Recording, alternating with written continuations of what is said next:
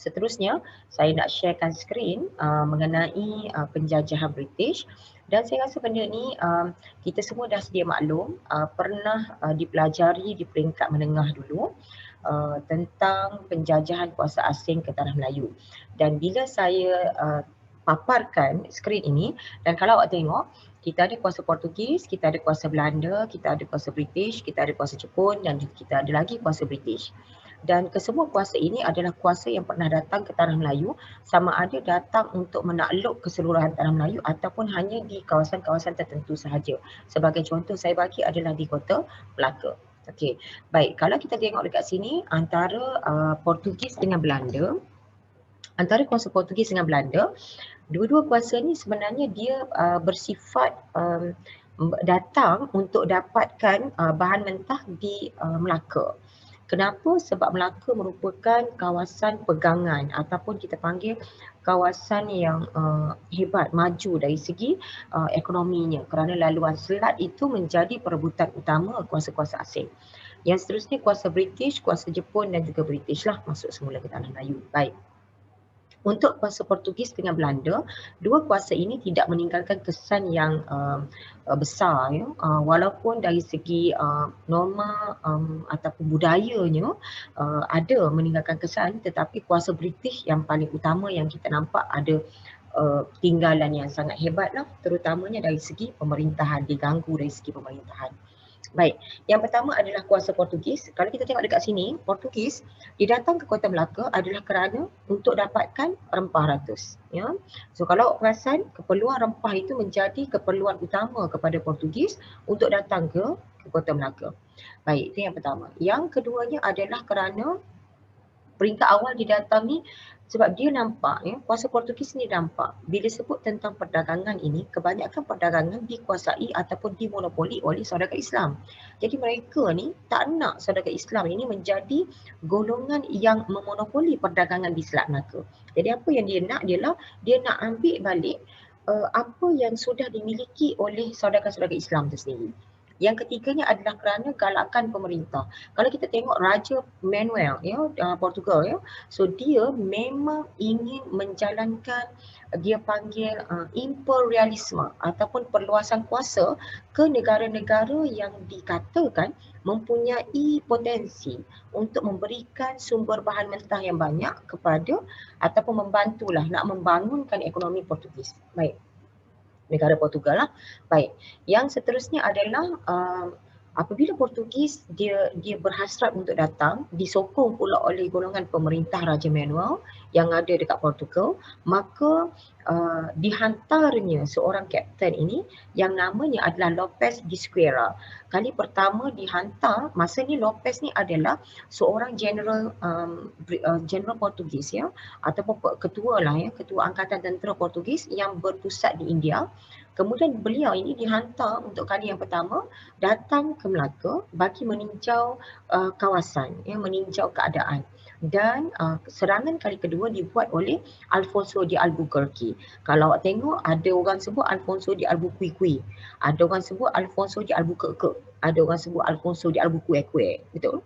So sebutannya adalah Alfonso de Albuquerque. So dia adalah orang yang memastikan Portugis dapat menguasai Kota Melaka. Okey. Seterusnya, kesan Portugis ini kita dapat lihat dalam beberapa keadaan. Satunya dari segi politik, ya. Apabila datangnya kuasa Portugis 1511, berlakulah keruntuhan secara total Kesultanan Melayu Melaka oleh Sultan Mahmud Shah, dan Sultan Mahmud Shah ni telah melarikan diri ke Pulau Bintan untuk mendapatkan bantuan, dan akhirnya beliau ni banyak kali berhijrah lah sehingga kepada ke Kedah dan juga ke Pahang. Okey. Tetapi yang menariknya, peninggalan utama Portugis ini kita dapat tengok dari segi pembinaan kubu pertahanan ataupun kita panggil kota pertahanan dia lah, iaitu penubuhan kota Formosa. Dari segi ekonominya, monopoli ekonomi itu dikuasai oleh pihak British di perairan Selat Melaka, dan kawalan import ekspor juga dibuat antara timur dengan barat, ya, antara India dan juga Kepulauan Coromandel Island ataupun kita panggil nanti boleh buka peta, kalau ada kesempatan saya tunjukkan peta Coromandel Island tu ada dekat mana, ya. Kemudian kain kapas dan belacu ni adalah kain yang belum diproses belacu ya. Kain kapas ni kain untuk tujuan import ekspor lah. Dan yang ketiganya adalah kerana sosial, kerana Kristian lah, penyebaran agama Kristian. Yang seterusnya adalah kuasa Belanda. Kuasa Belanda ni sebelum ini Belanda mendapatkan bekalan mentah daripada orang tengah iaitu orang Portugis lah. Jadi Belanda ni dia ada satu matlamat untuk mencapai satu objektif memonopoli juga perdagangan di Selat Melaka. Dia tak nak lagi melalui orang tengah. Jadi waktu tu Belanda telah membuat beberapa perjanjian dengan kerajaan-kerajaan tempatan, terutama di Perak misalnya, nak menguasai ekonomi biji timah di Perak.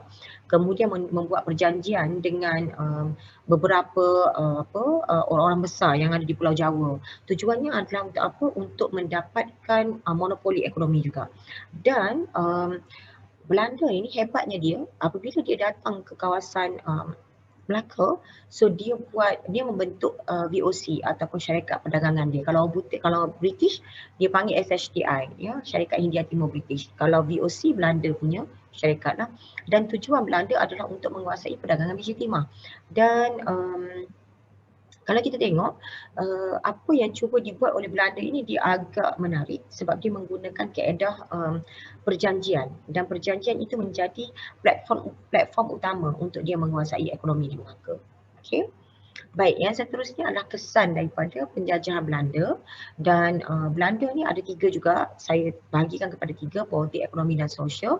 Dari segi politiknya, kita nampak bagaimana kuasa Belanda ini bila dia mengukuhkan ekonomi dia mesti melalui perjanjian ya. Maksudnya dia lebih proper berbanding dengan Portugis ya. Kemudian Belanda ini dia membuat kerjasama dengan kerajaan-kerajaan tempatan. Sebagai contohnya adalah Aceh lah.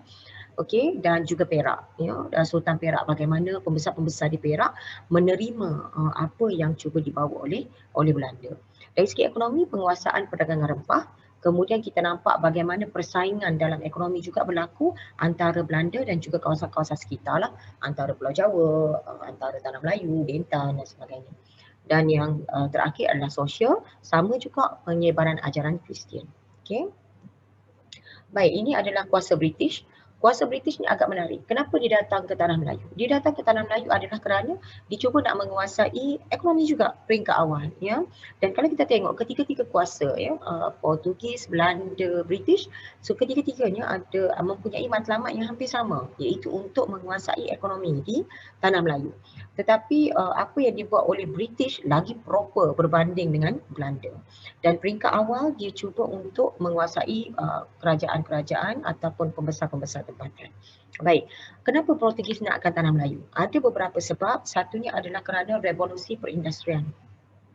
Revolusi industri ini adalah satu revolusi yang mana berlaku di dunia Eropah. Kalau mungkin awak pernah dengar perkataan Dark Age ataupun dia panggil dunia gelap di Eropah. Dunia gelap di Eropah tidak ada apa-apa industri di sana, yang ada dikuasai oleh golongan-golongan istana. Dan masyarakat ni hidup yang memang sangat susah ya. Dan selepas zaman gelap ya, berlaku zaman gelap, kemudian beralih kepada zaman Renaissance ataupun Renaissance awak panggil. Daripada zaman Renaissance itu kembali kepada zaman pemulihan atau kita panggil zaman reformasi. Zaman Renaissance ini adalah zaman di mana Eropah itu dikuasai oleh golongan-golongan yang istana, orang-orang yang berada lah, golongan-golongan Lord Land ya, ataupun tuan-tuan tanah. Dan selepas zaman Renaissance itu dia ada zaman reformasi. Di zaman reformasi ini kita nampak bagaimana berlakunya sedikit perubahan di dalam ekonomi Eropah apabila mereka sudah berani untuk menjalankan perdagangan yang lebih luas. Dan selepas zaman reformasi itu berlakulah zaman industri, di mana Eropah membangunkan kilang-kilang bertujuan untuk memproses bahan mentah yang ada bagi tujuan import ekspor. Tetapi satu permasalahan yang ada kepada British ini adalah mereka tidak mempunyai bahan mentah yang cukup. Bahan mentah ni iaitu biji timah untuk proses pengetinan makanan. Jadi apa yang berlaku, mereka terpaksa memohon ataupun mereka terpaksa mencari alternatif lain, keluar daripada dunia barat, pergi ke kawasan timur untuk dapatkan bahan mentah. Dan ini dikenali sebagai, kalau mungkin awak pernah baca buku-buku yang ditulis oleh beberapa sarjana ataupun sejarawan, R.O. Winstead misalnya, so dia kata orang-orang Eropah ini adalah the white man burden, ataupun dia panggil hanya orang Eropah sahaja yang boleh mentamadunkan orang-orang di kawasan Asia. Jadi pada masa tu mereka melihat mereka ni adalah golongan yang sangat hebat. Dan orang-orang di kawasan timur, termasuklah orang Melayu ni, mereka ni adalah uncivilization ataupun mereka yang tak bertamadun. Jadi macam mana mereka kata bila mereka buat penjelajahan dan penderokaan, mereka nak mentamadunkan sekali orang-orang yang ada di luar daripada dunia Eropah.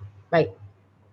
Tujuan British datang ke Tanah Melayu adalah untuk dapatkan biji timah dan juga beberapa sumber bahan mentah yang lain. Sebagai contoh adalah rempah ratus lah.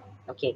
Baik, yang keduanya adalah kerana British melihat Tanah Melayu ini, kalau tengok kepada satu laporan yang dibuat oleh Christopher Columbus. So dia kata Christopher Columbus kenal kan, pernah dengar namanya, adalah seorang pelayar yang sangat hebat dan dia mengatakan bahawasanya Tanah Melayu ni adalah Suvarna Bumi, ya, ataupun bumi yang kaya dengan emas. Apa maksud emas dekat sini? Emas di sini bukan merujuk kepada emas, tetapi dianya merujuk kepada sumber yang sangat banyak.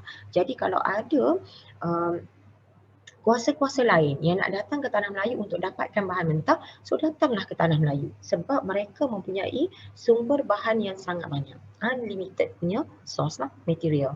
Baik, yang seterusnya adalah British, dia bila datang ke Tanah Melayu, dia mengambil peluang dengan keadaan huru-hara di Tanah Melayu. Pada masa ni, Tanah Melayu, kerajaan-kerajaan Melayu ni dia bergaduh antara satu sama lain. Terutamanya anak-anak raja. Dia berlaku pertelingkahan antara anak raja untuk dapatkan tahta kerajaan. Itu dikenali sebagai anarki politik. Jadi apabila berlakunya perbalahan, sebagai contoh saya ambil dekat Perak ya, berlaku perbalahan antara Raja Abdullah dan Raja Ismail. Dua-duanya berminat untuk menjadi raja di negerinya.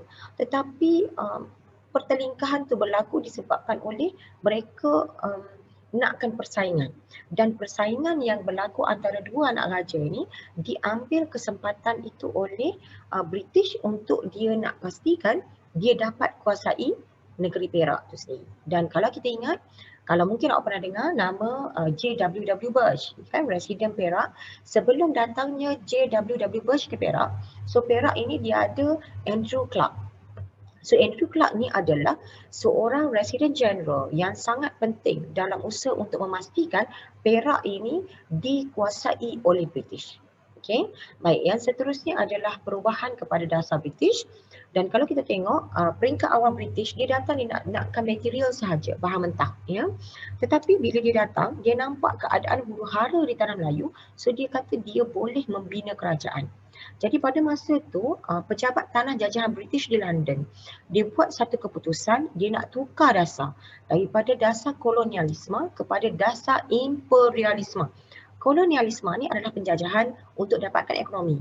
Tetapi dia nakkan kepada perubahan dengan nama imperialisme, penjajahan dalam masa yang sama ekonomi dan juga politik dicampur sekali. Maknanya dua-dua ni akan diambil alih oleh kuasa British.